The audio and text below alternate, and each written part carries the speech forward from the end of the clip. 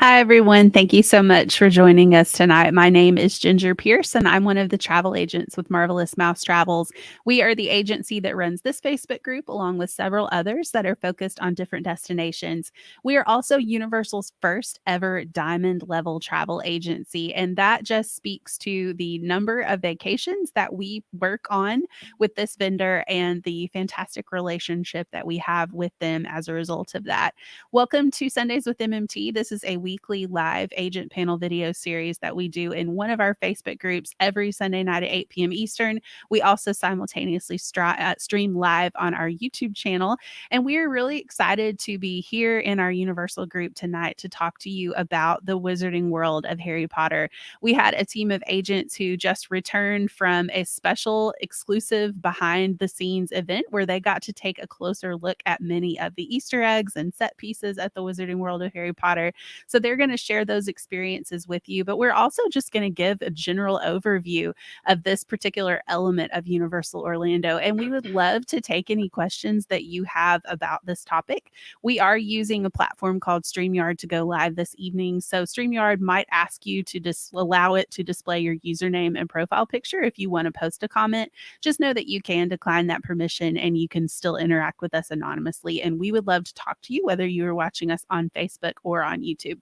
So I am joined tonight by two of our marvelous agents. Ladies, thank you so much for being here with us tonight. And if you would take just a second to tell everybody your name, how long you have been with the agency, and the best way for people to reach out to you if they're interested in planning a trip. Hi, everybody. My name is Mary Alice Feltz. I've been with the agency for almost 3 years this week, actually. And the best way you can reach me is my email address, maryalice@marvelousmousetravels.com. Hi, my name's Jen McGurn, and I've been with the agency for 4 years now. And the best way to reach out to me is at my email address, jen.mcgurn@marvelousmousetravels.com. And again, my name is Ginger Pierce. I have been with the agency just over 4 years, and the best way to reach out to me is to visit my blog, which you can find at gingermmt.com. So I mentioned in our intro that these agents got the opportunity to go to an exclusive event. And this is something that Universal invited a team of our agents to because of our great relationship with them. You know, we do have a lot of interaction with Universal. We have a fantastic working relationship with them and connections with them. And so along with that come opportunities like this, which are really cool ways to get to see elements of their parks a little bit up close. So just give us a general idea, ladies, of kind of what this event was and maybe some of the things that you got to see a little bit more up close. Sure. So we were invited. There were 4 of us that were able to attend, and we got to visit the Hogsmeade side of the Wizarding World of Harry Potter. We actually had the event start once the park closed. So this was very exclusive. We got the opportunity to see everything up close and personal. And the, I guess, most special part about it was that there were only about probably 80 of us. Is that right, Jen? Yeah. About 80 of us it was a total. small group. So, you didn't have people obstructing your pictures. So you had plenty of great photo opportunities, whether you wanted to take personal pictures with yourself in it or just pictures of the surrounding area and the attraction. So it's very special. And it was so nice because we got to walk through the queues with no other guests in there. So, and you could just take your time. You could go in and we stood in Hagrid's hut in front of the magical creature ride, and we just got to stand there and take our time and watch as Fang was coming in and out and just look at all the little details that they put into that ride. And the same thing with the going in through the castle, walking through there and seeing all those little touches. Those pictures come alive and talk to you. So it was a very fun experience. That's awesome. And this is obviously personal opinion, but I think that Harry Potter and Forbidden Journey has the best ride queue of probably any ride in any theme park. Like it is, if you've never ridden it, you are literally walking through Hogwarts Castle. And so you get to walk through Dumbledore's office. You get to go through classroom spaces and interact with those pictures. You know, like it's really, you feel like you're in the Wizarding World. It's very, very immersive and totally worth walking through, even if you're not interested in riding the ride, which I'm not. That one, you know, motion sickness issues, but I will walk through Only the queue. Two of us anytime. rode. Yeah. Yeah. And I closed my eyes for 75% of it. So only half road, Ginger. I also have extreme motion sickness, so I chose not to ride so that the rest of my night was not ruined. But I really, really enjoyed walking the queue because that was actually my first time in there. I know I could. And honestly, even on a normal day, they are so great with all of their attractions. You can basically walk through that entire castle, and then there's a very easy exit if you are not riding. So I took advantage of the very easy. Well, I didn't this time. I usually do. This time I rode it, but the other ladies took advantage of that easy exit. And I know as a family, we've used it in the past where I walk through with everybody and then duck out. So yeah, for sure. So speaking of Easter eggs, you know, in my opinion, that's one of the coolest things about the Wizarding World is just the level of detail that's there. So, you know, before we, you know, talk about specifics of attractions or anything like that, let's just kind of give a general overview of the Wizarding World for people maybe who are not familiar with it. It is split across 2 of Universal's parks. So you guys got to go to Hogsmeade, which is in the Islands of Adventure side, but the Diagon Alley side is in the Universal Studios side. And so the Hogwarts Express runs between them. If you have a park to park ticket, then you have the ability to ride the Hogwarts Express between them. The Hogwarts Express is different both ways. The ride experience is different depending on whether you're going from Diagon Alley to Hogsmeade or Hogsmeade to Diagon Alley. But that's, you know, kind of the overview of the Wizarding World. And what are maybe some of your favorite Easter eggs in either park in the Wizarding World? Okay, my very favorite is, even if you don't have to use the restroom, you must go to the restroom in Hogsmeade because Moaning Myrtle is talking to you, and she's talking the whole time you're in. It's not like you have to get in there and catch it or wait for it. Like, she's just going on, and it is so fun. That's my favorite thing there. Yeah. I don't know if I can pick just one thing, but I do like the bathrooms too, because I feel like I'm just a character in the book or the movie that's just going to the bathroom where they went to the bathroom. You know, it feels so real. I definitely think probably my favorite is getting to see people run through the wall in platform 9 3/4. You know, you don't get to see that when you are the one running through the wall, but if you stand back and watch the people in front of you, as you can see here, you know, they really do disappear through the wall, just like they do in the books and the movies. It's very cool. Because if you're the one walking through the wall and you try to do something fun, you may actually end up running into the wall if you're not careful. Don't ask so me tread carefully. Yes. Aware of your surroundings. Yes, and I can assume you were probably trying to film a reel, right? And it didn't quite go. It's trying to be cute. Yeah. Another fun Easter egg, if you have one of these interactive wands, which this is my daughter's that I borrowed / stole without her permission for the purpose of this video, but you know, these actually, like, you can cast spells throughout the Wizarding World. So they come with a really cute little map that has all of, you know, the different places you can go around and cast different spells. But there is one in the window of Honeydukes in Hogsmeade where a chocolate frog comes up out of the container, and it was, my daughter probably did that one. That was the first one that she successfully cast the spell, and then she was just wanted to do it over and over and over again for the rest of the day. So I think that will always be one of my favorite little Easter eggs too. Well, and one of the things I love about both sides, Hogsmeade, and Diagon Alley, is that if you're not a thrill ride person, and 2 of my 3 kids are not, if you're not a thrill ride person, but you're a Harry Potter fan, you are still going to love it, and you're going to find things to see and do.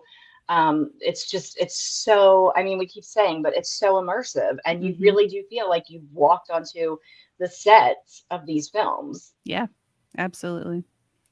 So let's talk a little bit about the food. Now, I would imagine at an exclusive event like you guys did, that there was probably some pretty cool food there. So what were some of the things y'all got to eat? We got to eat dinner at Three Broomsticks. We did not have the traditional menu where we walked up and ordered, but we had a beautiful wide array and selection of the offerings that they do have there. So we had cottage pie, we had roasted chicken, we had salad, we had mixed vegetables. We had a full table of desserts, which I love. So I really liked that table. And unlimited butterbeer. Yes. Oh, all the butterbeer we wanted. And so I actually got frozen and cold because I like both, and I could. So we had a great dinner. Yeah, it was really, really good. And it was such a nice setup. I mean, they had just, it really, even though it wasn't the regular menu or walking up to the counter and ordering, just the layout, it was still so well themed. I mean, they never break the theme there. Yeah. Even our buffet tables looked like they were That's supposed to be there. Like they had stacked books on them, and yes, that's so cool. little like lanterns and stuff. It was really special. That's awesome. I love the Three Broomsticks. Like, and that's one of the cool things about the Wizarding World is you can eat at the Three Broomsticks and have that themed experience when you're in the Hogsmeade side. You can eat at the Leaky Cauldron and have the themed experience when you're on the Diagon Alley side. And both of those are quick service. So they don't need a reservation. You know, you can walk up to the counter and you can order, but you feel like again, we keep saying immersive, you feel like you're there, but you really, really do. Now you mentioned butterbeer, so we have to talk about the great Butterbeer debate. I am team frozen, but I can appreciate the hot. I do like hot butterbeer as well. What's everybody's favorite? Well, I thought I was going to like the hot the most. And I did like it until I tried the others. So I think my order is probably cold because it reminds me of like a cream soda kind of. So cold, hot, frozen is probably my order. Gotcha. So if I'm going to drink it, then frozen. But I love my favorite's the butterbeer ice cream. Oh, yeah, for sure. That would be the very top of my list. Yes, the very top of the list, butterbeer ice cream. I have never tried that. Everybody says it's delicious. Oh my gosh. It's so good because it's a soft serve and they swirl it with vanilla. So that cuts some of that butterbeer sweetness and it's really, really good. It's so good. Gotcha. And if you want to get really creative, you can make yourself a little float, like a little hybrid. Yes. It's your butterbeer ice cream and go get cold or hot. And then you've made a whole new dish. Very cool. So let's see. We got a couple of comments here about people's favorite butterbeer. Oh yes, of course, we got to see that frozen ice cream. Okay, a couple fans of the ice cream. I have never tried that one, so but next time we're there. Next trip, you have to. That's yeah, right. and I will be there next month, so that's top of the list. Good. That's exciting. Okay, get some ice cream. Absolutely, absolutely. So, we've talked about food. We've kind of hinted at the attractions, but let's go ahead and just talk about the attractions. What attractions are in each side of the Wizarding World? So on Hogsmeade side, where we were for the event, you have Hagrid's magical motorbike adventure. And then you also have the Flight of the Hippogriff, which is a very cute, there you go, family-friendly roller coaster. That is one of our favorite, even though it's just so simple. You get to go by and see Buckbeak, and it's really pretty cute. Fast too for it is a child's coaster. It is. It's cute. And then you of course have the Forbidden Journey that we spoke about. That we went through the queue in the castle, and when you get through the queue, if you ride, it's a combination of, I mean, it's practically a 4D ride, right? Because you do have things in your face, but then you have the screen and you're kind of flying through the game. What's the game? Quidditch. I couldn't think of the name. The Quidditch pitch. You're flying through there. You're flying across the castle. into the Whomping Willow. So that's very much a thrill ride. Very cool. Mm-hmm. Oh, sorry. I was looking at a comment and I lost my place here for just a second. We did get a question, and let's see if any of you guys know the answer to this one. I just logged in, but I do have a quick question. Do you guys know if you ask the conductor at Hogsmeade to see his watch, is there something about the watch? Now, I have not done this, so I don't know the answer to this I do know that the conductor is kind of the, for lack of a better word, a tour guide to the Wizarding World. So I know that if you stop and talk to the conductor, that the conductor will, kind of point things out of things that you should look at or things that you should do. So I do know that, but I have not asked him specifically to show me his watch. So I don't know. And I've the seen answer to him that looking one. at his watch. I have noticed him, doing that in character. But I've never asked to see it for myself. That's an interesting question. See, now I want to know. I'm going to go find out. So if anybody knows the answer to that in the comments, please put it in the comments so that we can all benefit from that, because that is one thing that I have not tried. So I don't know the answer to that one. That's a really good question. So anybody now who let's talk about Hagrid's. I know you guys mentioned Hagrid's for just a second. Team sidecar or team motorbike? Which one are you? Oh gosh. Sidecar. I have only ridden in the sidecar, so I can't speak to both sides, but I'll probably say sidecar because I don't think I'm brave enough to do that. I like being contained. Yes, I think I would prefer that. So I have done both, and I will say that I thought I would be team sidecar all the way, but now I've ridden the motorbike. I don't think I could go back to the sidecar. Like, it was so fun, and I still felt safe. Like I didn't feel like, oh, I'm gonna fly off the thing or anything like that. But I definitely can understand. Yes, and another vote for team sidecar. I definitely think if you like that, feeling a little bit more cocooned, or probably with my kids, I would definitely, put my kids on the sidecar probably. But for myself, I actually love the motorbike side. The motorbike. My kids claim the motorbike, so I was forced to the sidecar. Right. Of course. That's the lot of moms in life typically, right? Yeah, absolutely. So one thing I think that a lot of people maybe don't realize if they are kind of looking for that Harry Potter all-inclusive feel is that there is a Harry Potter exclusive package that you can book for Universal Orlando. And so, if you want that little extra immersion in the Wizarding World besides just visiting, this package comes with a couple of really cool extras to help you experience more of the Wizarding World. So for example, you have a little welcome letter that you're going to receive with your family. It's going to come with some themed keepsakes, like some themed lanyards, some themed luggage tags. It's going to come in a keepsake box, which is really cool. But also it comes with vouchers for breakfast at Three Broomstick and Leaky Cauldron. And then, you get that kind of like designated time to go in and sit down and have breakfast there if you want to.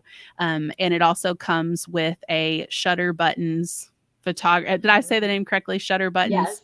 Yes. Photography session, which gives you the opportunity to have your own like wizarding photo session. So if you're familiar with the Harry Potter world, you know that their photos move.